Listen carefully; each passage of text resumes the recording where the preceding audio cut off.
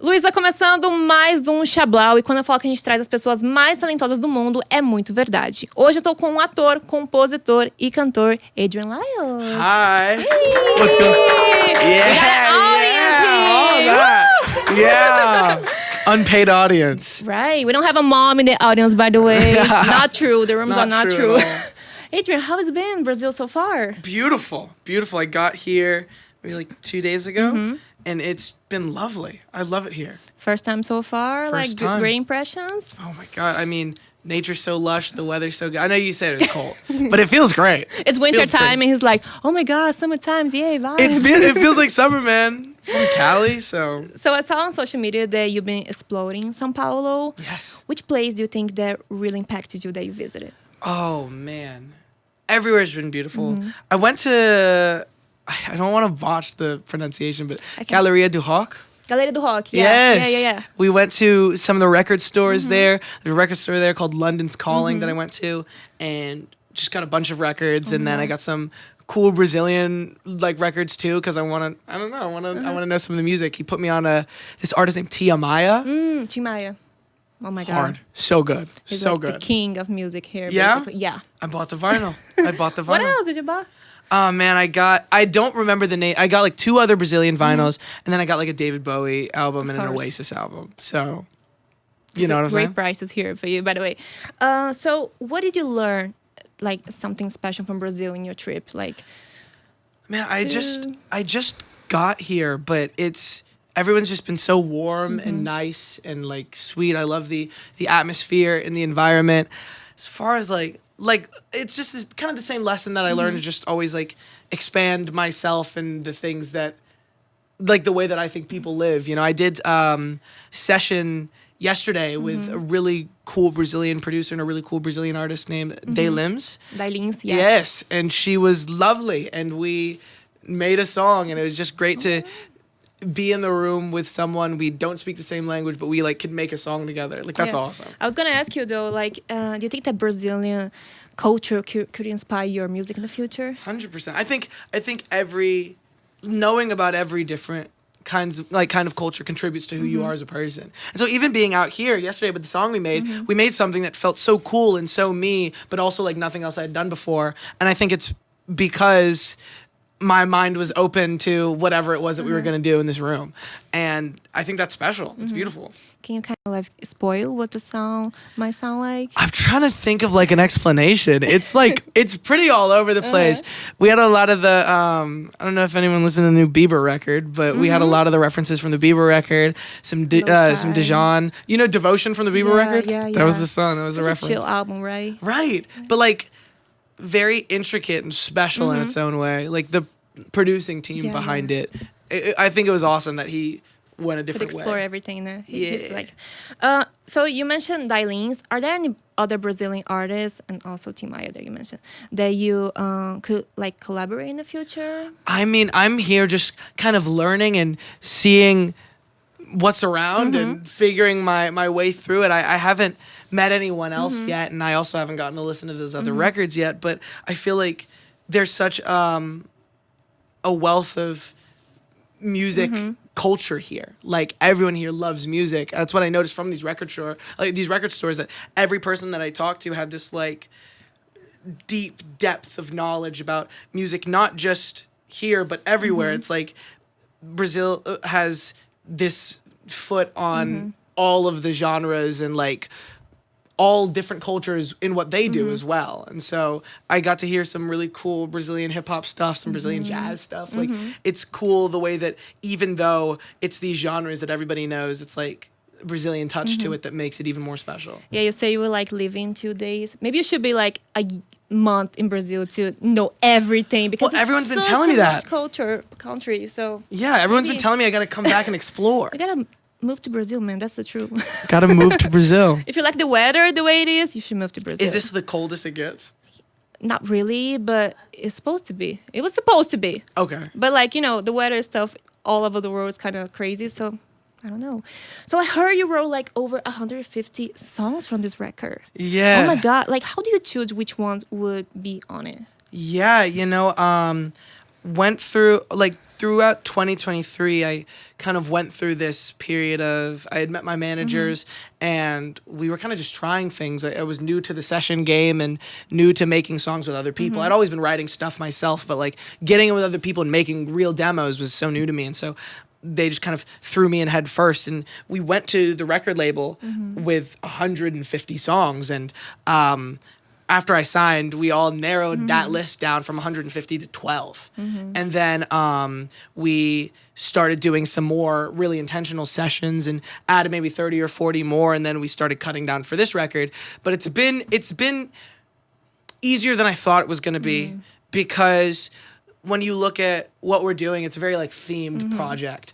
And so with that, you don't have to say goodbye to songs, but there are songs that are like, this just doesn't fit with the theme. So it's not that we're never going to use this song or this song is banished from existence, but it's like, this song is just not right now, and especially for what we're saying. You know what I'm saying? I like look at some of the singles and like Concrete Boy couldn't come out with what we're doing because of how different the theme is, you know? So it's kind of like that. Yeah, because it's always got me wondering, how does the artist feel when they have to like let it go some of the songs, and maybe it's your favorite but it's not the record favorite, you know? So how does it feel when you have like little babies that you just can't release, man? It is a crazy feeling because I feel like sometimes, especially for me, I'm kind of like such an all over the place kind of artist, and I like all kinds of music, and so I'll make something, and it's funny because I always like to go from a left to center thing, but then I go and I send it to the group chat, and I'm like, hey guys, this is pretty cool, you know what I'm saying? And like, I don't know, I think it used to be this thing of like, oh my gosh, like this song is my child and I don't want to let it go. But now it's kind of become this thing where we say, okay, like what songs do stand the test of time? Because there are a lot of songs that like I don't talk about anymore that are hidden in a vault, you know, but there are also some songs that are coming out with this project that were made like 2 years ago. I mean, Somewhere to Go was made like 2 years ago. So it's interesting. And also, like, I feel like sometimes you get to this point where, you know, when, like, you pick out an outfit and you're like, okay, here's my favorite choice, and then I have these other choices just in case, and someone else picks the option you like the least. I feel like you fight that a lot. Like, you go and you're like, I made this song, I'm not really feeling it, and everyone's like, I love this, and you're like, wait, stop. Let me explain myself. Yeah, hold on, I don't know. All right, let's talk about this new record. So your new EP called Horizons coming on August 1st? August 1st, yes. What can you tell me like about this record? Like what can the fans expect? Yeah, you know, I love the idea of a project. I'm a big album guy, and so I am very excited that we're kind of starting off baby steps, but at the same time, it's a project, and we're doing this EP because I want everything to be cohesive. I'm a big like storytelling kind of guy, and so it was cool to be able to craft together this track list and then say, okay, here's how I see these things playing out. It's a very thematic project about like choice, and I think that's one of the most relatable things anyone can feel. You wake up every day and you have to make so many choices throughout your day, and it's just the choices and then what the repercussions of those choices are. And you know, the first choice is love, and not just, you know, I think love songs are done all the time, and so I wanted to kind of try to approach them differently. And we look at love songs and you have the like, I love you so much and you're the best thing ever and I'm gonna marry you, or you have this like, I'm done with you, I hate you, you know, we're finished. And I kind of wanted to stay in this middle box where it's like talking about the things that don't normally get talked about, like here are some uncomfortable conversations that we have to have, and here's trying to make it work, and here's not really feeling understood, you know. I wanted to take the focus off of like the glamour stuff and more on this like really raw, messy, relatable feeling that everybody's felt at some point, you know. Absolutely. And we were hearing like some of the tracks that you performed with us before. Oh my God, I would just say that. Oh my God. Thank you. Which one would you say is the most personal to you? Oh man. They're all pretty there for me. I think maybe Truce. Truce is, you know, it's typical little ballad guy, and I feel like that's the kind of song I don't do very often. I don't really do the like slow, just piano stuff very often. So it feels really special, and it feels like such an honest conversation because a lot of it is conversations that I've had. And then there's another one that I actually didn't play, called "It Isn't Over Until You Die," and I love that song. It's really special to me, and it was actually the most recent song that we made. So I'm really happy that it ended up making it to the project. But Oakfelder and I worked on it, and it just felt like kind of like lightning in a bottle, like something really special and something we hadn't done before. So since 2024, you've been dropping like singles and everything. I want to know, like, was it scary to finally release your debut like material, or is it like freeing?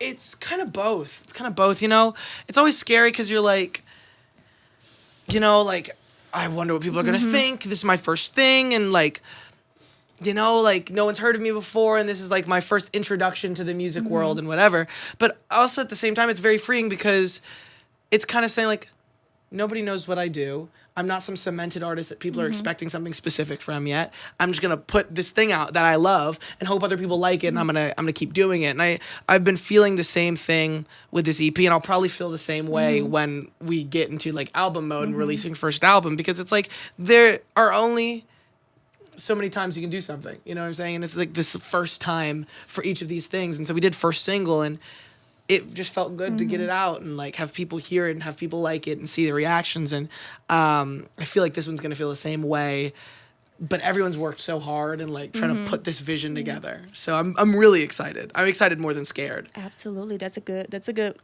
way to think. Yeah. And just got me like curious, like how do you see your growth as an artist since like the first song that you ever written? Oh my gosh, I'm a lot less scared of everything. I think like I've gotten to a point where I'm like, okay, these are my songs, and like I kind of know what I'm talking about, and like I know what I want, and I know what I want to hear from myself, and I know my influences, and I know how to execute. And so it's kind of gotten to that point where I just feel better about being in a studio. I feel more confident. I feel more comfortable being myself and all of that. And yeah, I don't know. It feels good. It feels like I have grown, and I want that to always stay. You know, I want people to, I think people have also seen what the first song was and the couple after that and said like, oh, I see the vision. And I just want people to keep seeing the vision until we're on like our 10th album and putting stuff out, you know? And you're 20, right? I'm 20, yes. Oh my God, I'm 25. Nice. And oh my God, like you've been performing since a really young age, right? I was 13. Oh my God, like I was a mess when I was 13. I can imagine that. I was too. Do you remember like the first time you were on stage? Yeah, you know, it was kind of at that age where, like, I don't know, I feel like your parents are like, you do this. And you're like, oh, okay. And then you just do, you know. Your parent drops you off at, like, soccer. And you're like, I play soccer now, I guess. And so it's like, it's kind of like my dad was like, you want to do voice lessons? And I was like, sure. And then that was, like, my extracurricular. And I had this music teacher, and he was great. I think his name was Adam, right? And I remember he was like, you're doing this vocal recital. And at this point, I didn't want to sing. And he was like, you're doing this vocal recital. And I'm like, no. And he's like, yes, you are. And he was kind of a scary guy. So I was like, okay. And then I sang Stitches by Shawn Mendes. Oh my God. Yeah. And yeah, and that was kind of it. And look what he got you. I know, man. I know. And Adam knows it all, man. Adam knows it all. And I just kept doing it. Just kept doing it more and more and longer. And it kind of became my high school job, you know, and middle school job too, I guess. It's like a dream to like every artist child probably. Like, oh, I want a chance. And like, you got it, man. I mean, that's I feel amazing. Like everyone that's doing like art, like singing art, should go through the gig grindstone. Nobody should jump straight to like a stadium. Like, you know, got to play some coffee shops, got to play some bars, you know, it builds your character. Like, imagine what it does to your mental health if you just jump to it, right? Because then you just like, you see a sea of people and you're like, you know what I'm saying? Oh my God, I'm just 13. I was talking about, I think those are the hardest shows that you can ever play. Shows that you're like singing to people that like you can't really tell if they're interested or not, and you're like a little kid and you're just like trying to play your and just trying to play your stuff versus like an arena of people that love you. You know, I think the hardest shows that I've played are like behind me. Step by step, man. Yeah. So you work and are related to a lot of huge names. And what moment did you feel like, oh my God, this is it, this is big, and I'm on it? I remember, weirdly, I was at the Kids' Choice Awards, and I was like, because, you know, things move so fast that you kind of, like, can't register it. And I I did the show. I did season 3 of High School Musical. Then they wanted me to come back, and I did season 4. And we were going to like events, and I signed, and everything was just moving so fast that it was kind of like, oh man, like this is all just happening and like awesome, whatever. But I remember I was at the Kids' Choice Awards, and we were like walking down the red carpet, and like I don't even know why that was the moment. I feel like it could have been any moment, but I was just walking. I was like, dude, I used to watch this as a kid. Yeah. And like now I'm like here.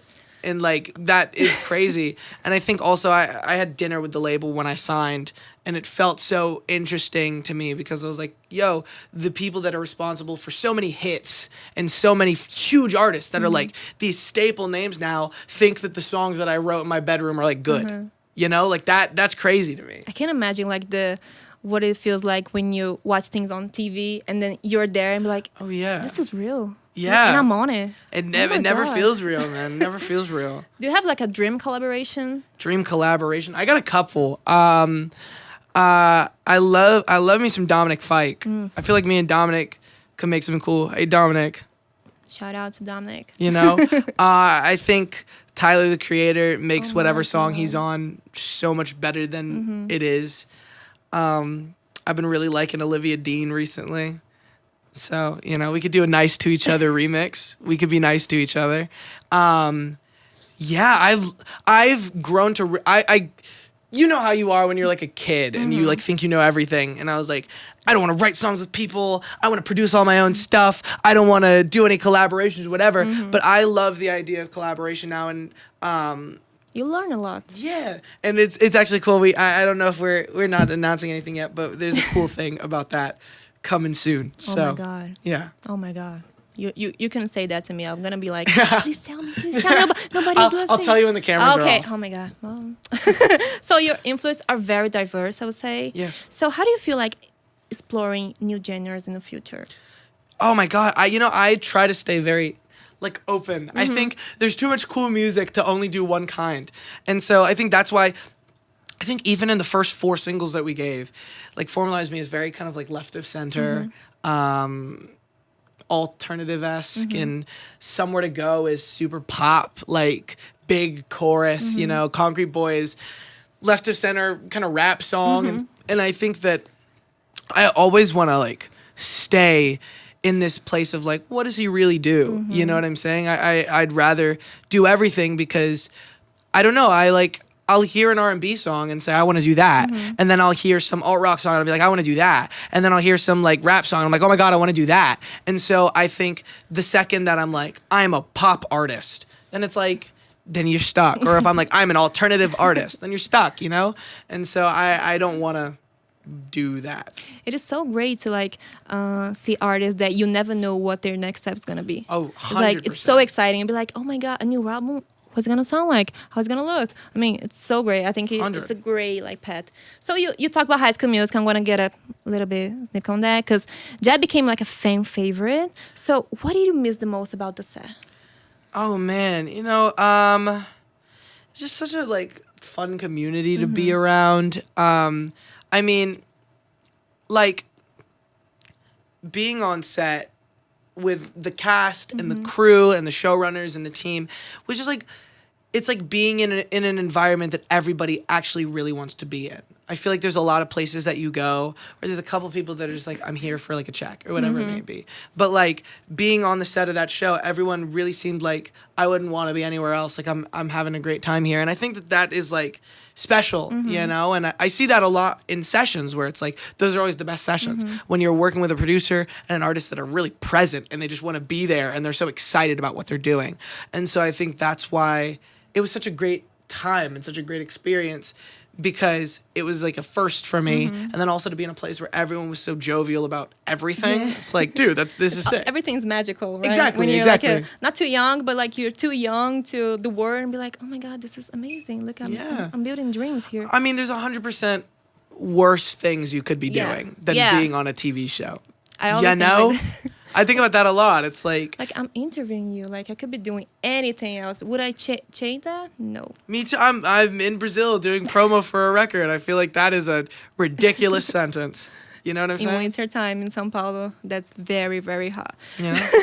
So I'd like to hear more about your connection with the fans, because you've been building like a strong fan base since like High School Musical. Yeah. Like, how do you feel that when people come up to you and be like, dude, your music inspired me so much, I'm so moved by your lyrics, like, how does that feel? Like, I mean, fantastic. It's like it is the thing that like that's the reason I make music, because that's what got me into music. You know, I like got into music because this band called 21 Pilots, and I remember I like heard their record for the first time, their Vessel record. I was listening to it and I was just like, dude, like, yo, this guy understands me in the so way that I feel. Exactly. And it's funny, but it's like, dude, like, growing up in a place where I was like, man, there are things that I don't want to talk to anybody else about, and I don't think anybody else understands, but like this random dude from Ohio that doesn't know I exist understand, like, he gets it, you know? And so I think looking at it from the, like, we went on tour in January and February and playing shows and then meeting people after, and people like, oh my God, your song made me cry, or like, this is the best thing I've ever heard, or whatever it may have been, is just like, oh my God, like, I'm doing something right, like something's connecting. And like, that's all that I hope for music to connect, you know? Amazing. Okay, we're about to wrap up. I have 2 questions for you. You can tell me now everything that you've been manifesting for next year, like what's coming up. How do you feel about that? Tell me everything. I feel good and very excited. You know, I think I've kind of been sitting for 2 years now, since 2023, with all these songs in the bank and not being able to put them out. And just because we're stacking everything and figuring everything out, and everything takes so much longer than you'd ever think it takes. But I'm so excited for music to be coming out this year, because it opens the door for everything, you know? Like, very lucky we got to go on tour in January and February. It was a brilliant tour. Thank you, Almost Monday. But